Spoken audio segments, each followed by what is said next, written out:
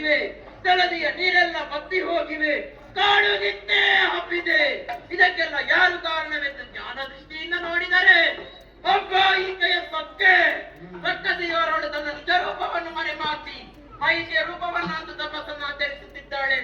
ಈಕೆ ಆಚರಿಸಿದ ಈ ತಪಸ್ಸು ಹೇಗಾಯ್ತು ಬಲ್ಲಿರೋ?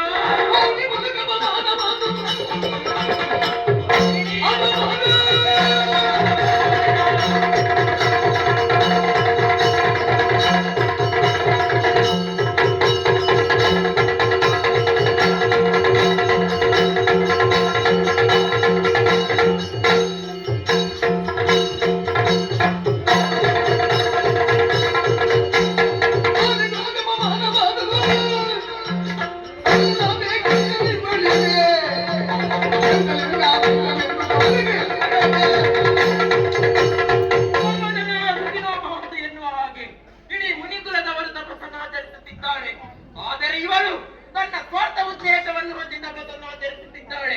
ಹೀಗೆ ಆಚರಿಸಿದ ಈ ತಪಸ್ಸು ಇಡೀ ಮುನಿಕುಲಕ್ಕೆ ಅಪಮಾನ ಮಾಡಿದೆ. ಈಕೆಯನ್ನು ಸುಮ್ಮನೆ ಬಿಟ್ಟಂತಾದರೆ ಇಡೀ ಮುನಿಕುಲದವರಿಗೆ ಇದು ಮತ್ತೊಮ್ಮೆ ಅಪಮಾನವಾದ ಹಾಗೆ ಆಗುತ್ತದೆ. ಲೋಕದವರ ಎಲ್ಲರೂ ಇವಳ ಹಾದಿಯನ್ನೇ ಹಿಡಿದಾರು.